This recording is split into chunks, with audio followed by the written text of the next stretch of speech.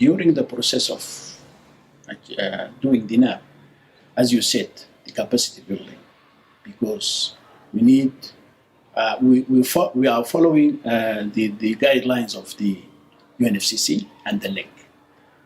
So you have like a template to follow. So during this template, you have to prepare like scenarios and projections, which needs high modeling experiences and high modeling skills. So that is one of the challenges. But fortunately, some of our experts is aware and have this kind of skills. So we also ask for assistance. So they send us, the UNFCCC send us expert from US, Dr. David Yates, and we prepare a very nice projection for the coming 100 years.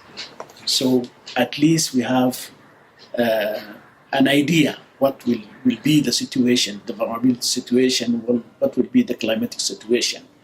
So this is one of the challenges, the capacity. The other challenges is the fundraising, funding, the financial funding. And it is also a challenge, but we apply, and then with aid of some resources, some donors, we achieved some money. Then we make a very use of resource mobilization, because that is very important. Sometimes you receive a lot of money and you achieve nothing. Sometimes if you do this resource mobilization in an adequate way, you will achieve. So we ask, we go through this participatory approach, and already we used the lesson learned from the NABA. Because during the NABA, already in some states, there are focal points. And through the time, we build the experience of these states, the people working as different institutions at the state levels. So we used what we gained in the NABA, not to replicate what we go through.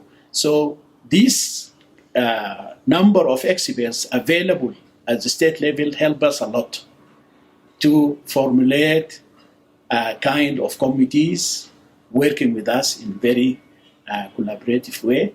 Then they achieve a lot of this. No resources needed for building the capacity from this. But one of the main challenges is the institutional capacity building, not the individuals. Because to give this kind of services, information, data, you need to build the capacity of the institutions themselves, like Met offices. Sometimes the network is not adequate, and some gaps here and there.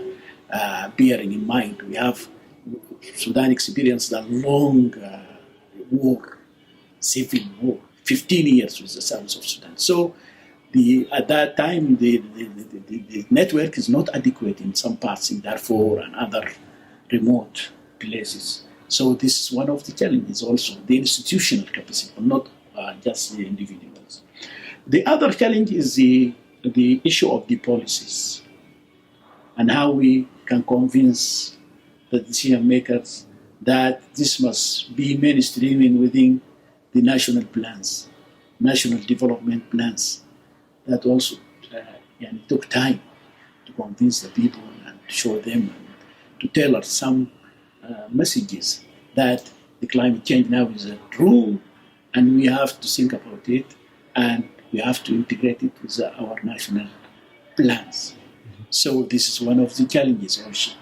And also the capacity at the local level, also the challenge. We spend some time to build it also. Yes, we use as I said, the NABA committees, and then, but because this is more, the NABA is a short-term plan, and it comes to meet the urgent needs.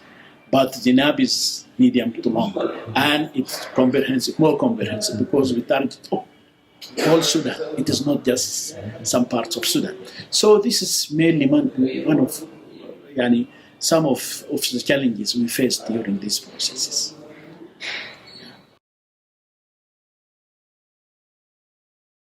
There is a need to review the NABs for all the countries, prepare the NABs now, finalize activities because the needs is now changing.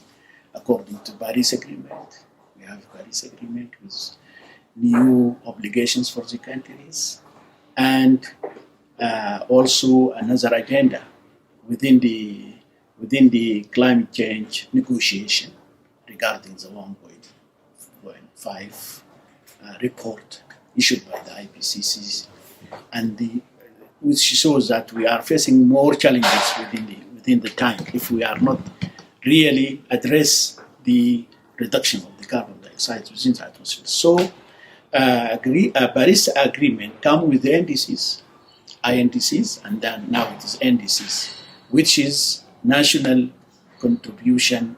It is not legally binding, but it shows that all the globe must contribute to reduction of the carbon dioxide.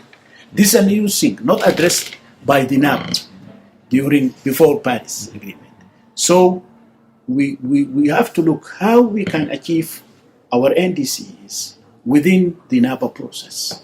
So the review of the NAPs within the least developed countries is one of the main issues, main challenges will come and we will face. So we'll ask our environment and development partners within the regional and international levels to really pay attention and try to help review the NAPs and then avoid duplication. What the mistakes we did, what the lesson learned are being incorporated within the countries in starting to do or not yet finalize the NAP.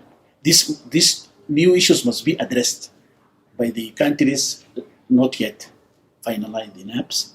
The one who finalize the NAPs, they must also look at the new agenda within the climate change negotiation. One other very important aspects, the countries finalize the NAP, there must be South-South kind of exchange of expertise and capacities.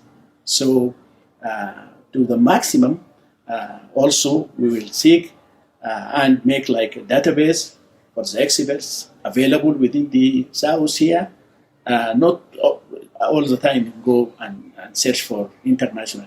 Within the South, we can do some collaboration and then help each other. Like this workshop, I like it very much because I can see where is the gap within our work. It is a nice one, but there is some gaps which I learned from the others. So I like this interactive way of doing the things.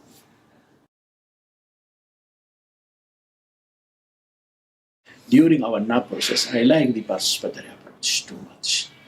This is one of the lessons because we have a chance at that time to bring some international consultant and finalize the work. But we never go that way. We use the existing expertise within the country and within our local communities, within our states, within our institutions. So the participatory approach helps to build the capacity within the country, even for the institutions. This is one of the lessons learned. The other one, it is not just to make the NAP, and it is a process. You have to go through it step by step. Prepare it in a very participatory way, and then start to implement and use it. Because if you throw this project and priorities away and don't care about them, and then start another process, you're lost. You have to use what you achieve through your NAP. This is one of the very important lessons to be shared.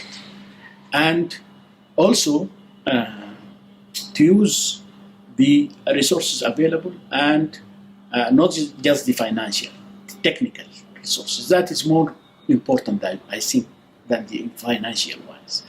So you have to consult the UNFCCC to use the guidelines prepared by other organizations which have the capacity and use this technical guidance to make sure that you are addressing the challenges, you are addressing the most critical points within the process.